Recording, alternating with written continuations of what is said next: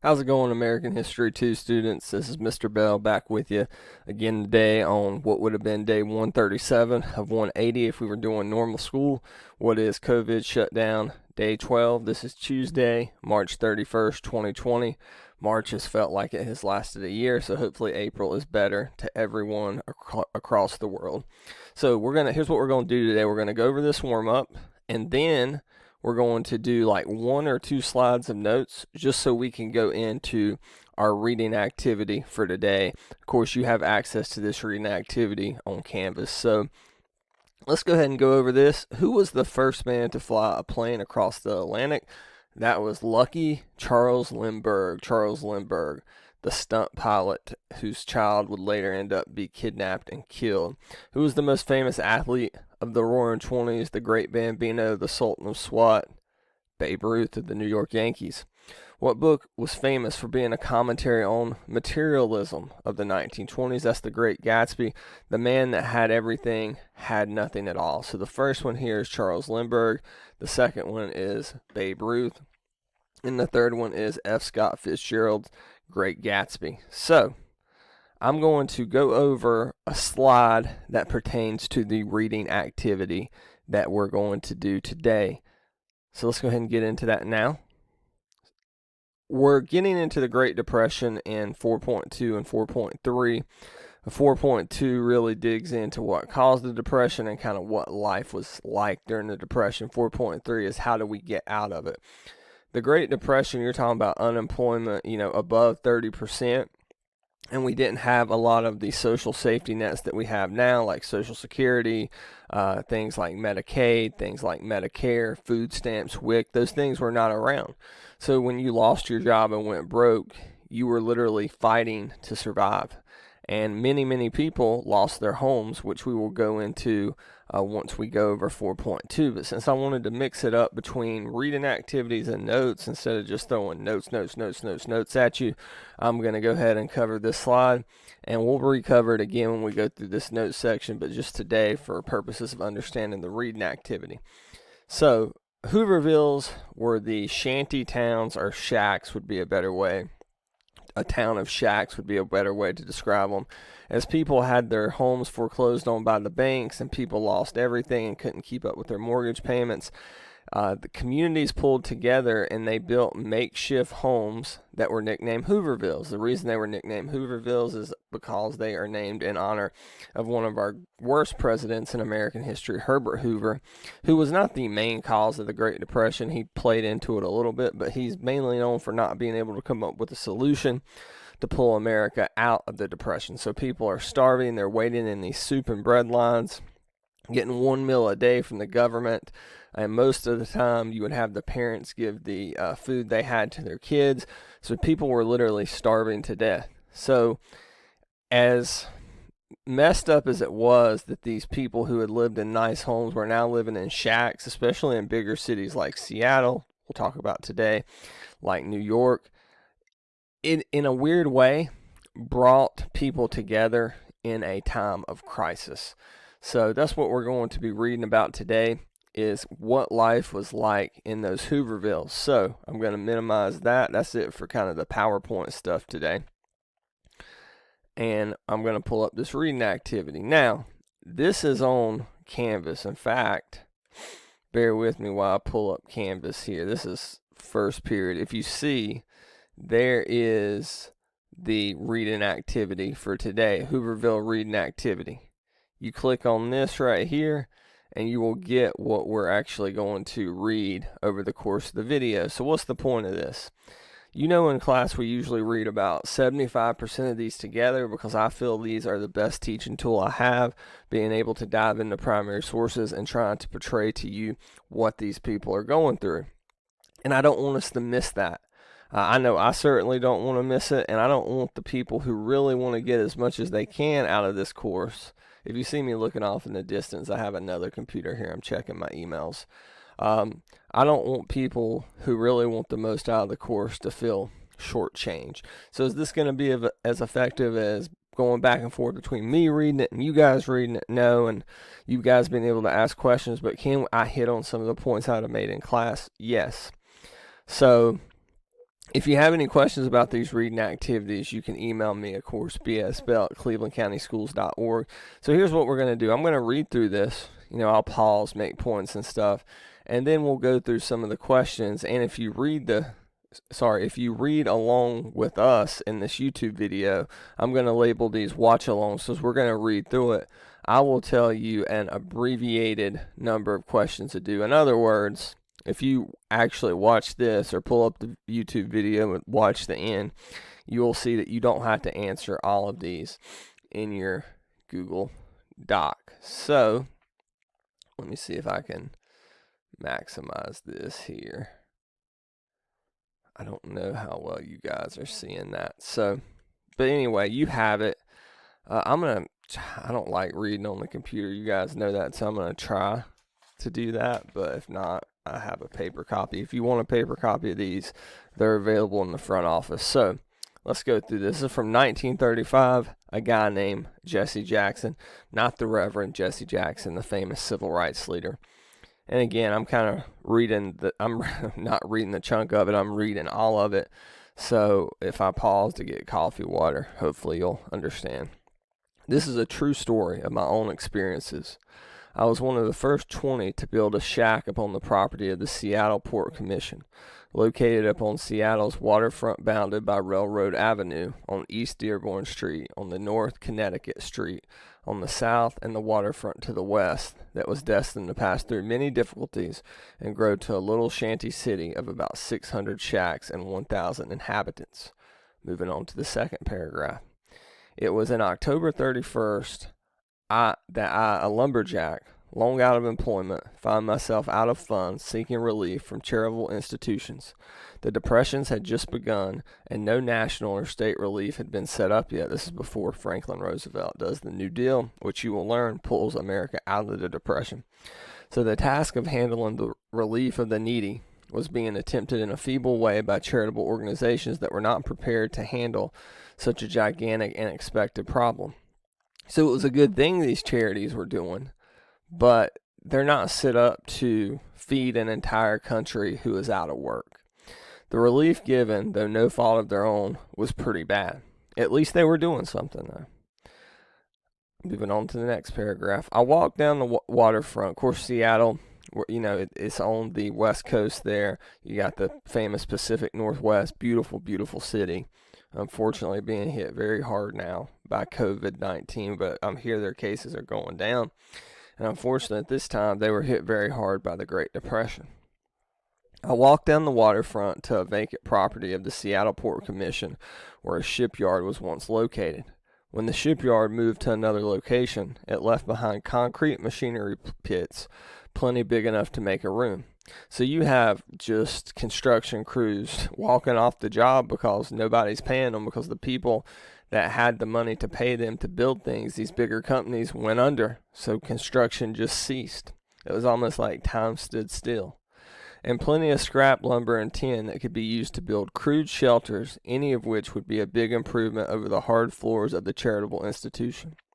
It was not many days before numbers increased, and within 30 days the shanty town had grown near to 100 shacks that we faced our first difficulty. So if you were somebody who lost your home during the Depression, you didn't have a savings to fall back on, or you lost your savings when the banks crashed, more on that later, you kind of had one of three options. Live in the homeless shelters, create a shanty and put it in the Hoovervilles, or you could sleep on the streets, which was the most brutal. So a lot of people got tired of sleeping on, as he says, the hard concrete floors, and they want a little, as bad as it may be, they want a space for them and their family.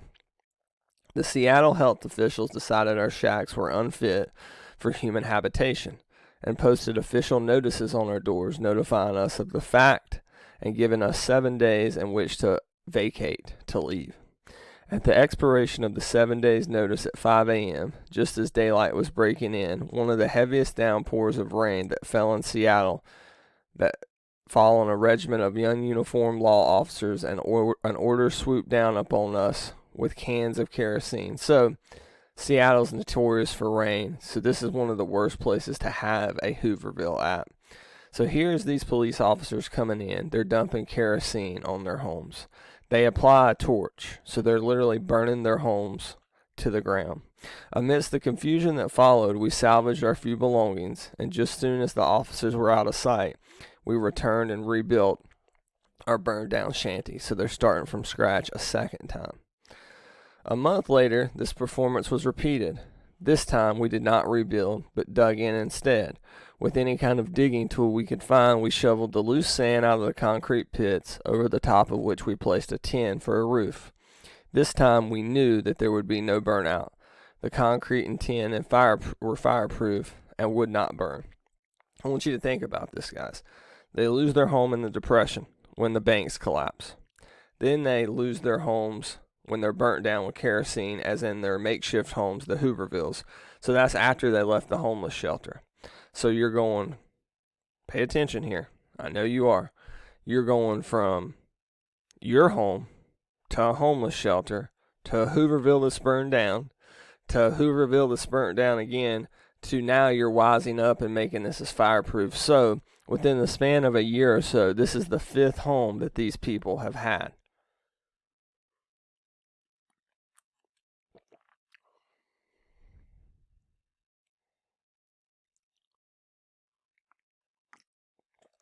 Excuse me. In June 1932, the new city administration was inaugurated. A committee of different city departments visited us and called us together. The spokesman for the party told us that we were going to be tolerated until conditions improved, but that they were going to lay down a few simple rules for us to follow and appoint a committee to enforce them. The rules laid down were most reasonable. The health commissioner decreed that we must get some material and build shacks on top of the ground and come out of the gopher holes. We laid down a few other simple rules covering sanitation. The police and fire department heads were also reasonable. So now this is the 6th time they're rebuilding their homes, but they're kind of in better graces because we have an election that's held, people who are coming into city leadership, city council, mayor, and stuff like that in Seattle, who are understanding this is an unprecedented time. We need to let these people have their Hoovervilles and live. So we're moving on to the next page. The committee appointed was composed of 2 whites, 2 blacks, and 2 Filipinos. After we informed, so we have a diverse group of people here, which is important because it's a diverse group of people that were living in the Hoovervilles. There were people from all different backgrounds who lost everything during the Depression. So as much as it hurt the country in some weird way, it brought groups together that might not have otherwise in 1932 have come together. After we were informed by the department heads, we went hurry and hither, that means fast, hither and yon, quick, in a search of material with which to build more suitable houses. By this time, the business houses had become more friendly to us, and were very liberal with scrap lumber and tin, giving them what they had left. And the building of the shanties got underway on a big scale.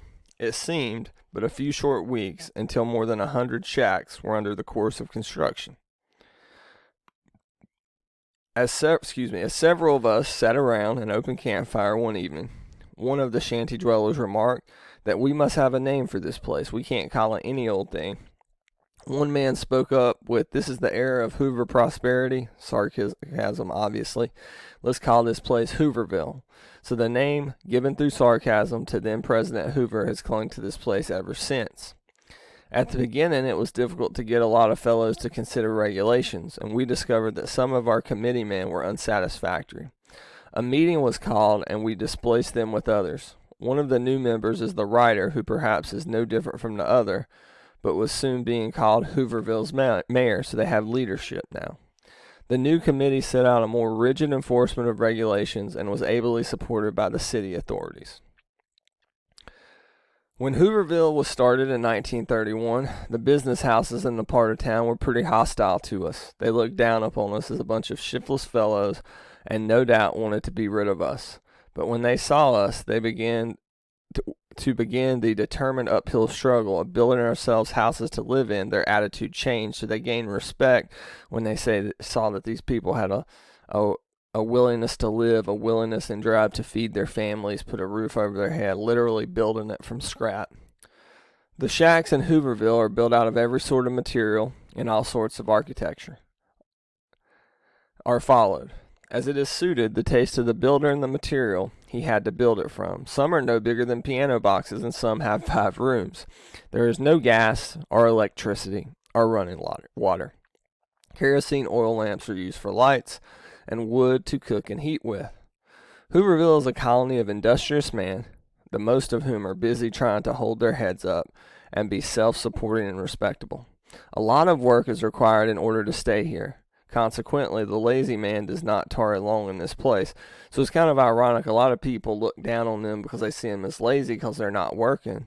But that's the complete opposite. The people who were living in Hoovervilles were some of the hardest workers who had caught a bad break, and they were doing everything they could in their power to create a sense of community and feed their families and put a roof over their head, as I said. And if you were lazy, you weren't going to last long there. It was like survival of the fittest, Darwinism. A big percentage of the men have built push carts using 2 discarded automobile wheels, no tires, and any sort of rod or axle. They push these cars about through the alleys of the business section of Seattle, collecting waste materials, mostly paper, which is sorted and baled and sold to the salvage concerns, thus realizing a little each day. Others had made rowboats and fish in the waters of Elliott Bay for a living. I'm mentoring our residents as men because Hooverville is the main sense of the abode of the forgotten man. The city's authorities have decreed that neither women nor children are permitted to live here, so more than a dozen elderly women and no children have ever lived here. Now that was in Seattle. In other parts, you had the wives and the kids, the grandparents, the whole 9 yards. The forgotten man is a term that's been used ever since the Great Depression in politics. Trump used it. Franklin Roosevelt would use it. So the forgotten man is this notion of a group of people that society has left behind. Now, in different time periods, that means different things. So back then, it meant the people who had good jobs, they weren't the lazy people, and they were just trying to survive. But in places like Seattle, when it was just the men, they were kind of forgotten because they were quietly making it work without any commotion. Which, when you think about the kind of people that lived there and worked there in the Hoovervilles, that made sense because they had previously been very hard workers. So keep that in mind. The forgotten man, as Trump used it when he won in 2016, was talking about people who had once made good money in, say, manufacturing jobs, but because of technological advancements, the economy had left them behind. And that was a very resonant message at that time in 2016. The population is a sliding population. It goes up and down with the seasons, and the midwinter is at its peak, somewhere near 1,000 to 250, and goes down in the summer to half that figure. So as it gets warmer, people think, I can do this on my own. As it gets colder, they're attracted to the fire, the body heat, things of that nature. Makes sense. The federal authorities carefully checked over the population last winter and found every race of people in the world here and 24 nationalities. 20% are native born, meaning they were born in the United States, not immigrants. So we talked a lot in this class about how people were divided from the Europeans to the Native Americans, the genocide that we committed toward them when we came here, talking about slavery and things of that nature, immigrants like the Chinese Exclusion Act. But now, when times are down, people are coming together. Would we do this today? You saw it in 9/11. You're kind of seeing it now with COVID-19. So in some weird way, when things are really bad and people are seemingly, broken down, they find a way to come together. That's kind of what we call the American spirit. We do not have a great deal of trouble in enforcing regulations laid down here. The most of our people try to do the right thing. Of course, we, like all other communities, have our share of undesirables. There are far more of the most parts unfortunates who drink denatured alcohol or canned heats. They drink liquor and beer and are commonly referred to as dehorners. There are others who craze for more legitimate drink is so strong they are troublesome. If it is humanely possible for us to handle our boozing elements ourselves, we do so. If not, the city police is called, and they must face the police court for punishment. You got to understand alcohol is illegal at this time too. The most unruly offenders must also suffer a punishment meted out by the residents of Hooverville. We collect a party of Hooverville residents and we remove the offender's shack. So that kind of gives you an idea, good and bad, of what life was like in the Hoovervilles. This was from the Seattle Public Library. Hopefully you have a better understanding of it. Now let's go through the questions. I'll tell you what I want you guys to answer, and maybe we can go through a few of these. So give me a second here.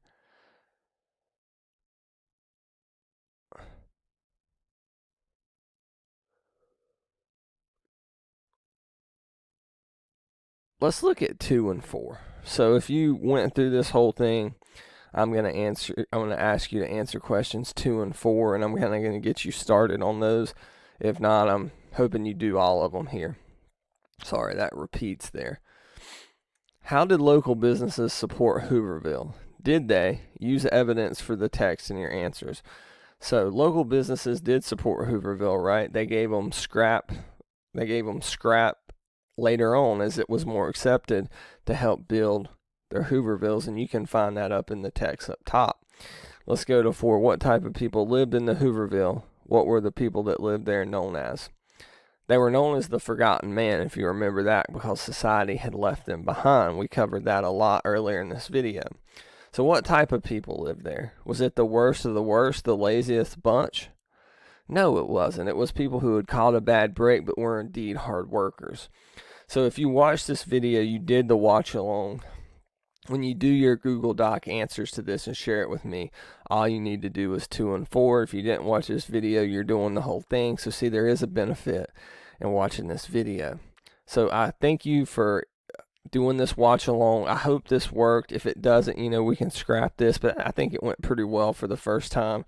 It kind of gives me a chance to interact with you, even though I'm not literally interacting with you in the moment. If you have any emails about this, email me, bsbell@clevelandcountyschools.org. This will be on YouTube. It will be on Canvas, and I'll probably shoot it in an email to you later on today. So you guys stay safe. Thank you for clicking play and listening.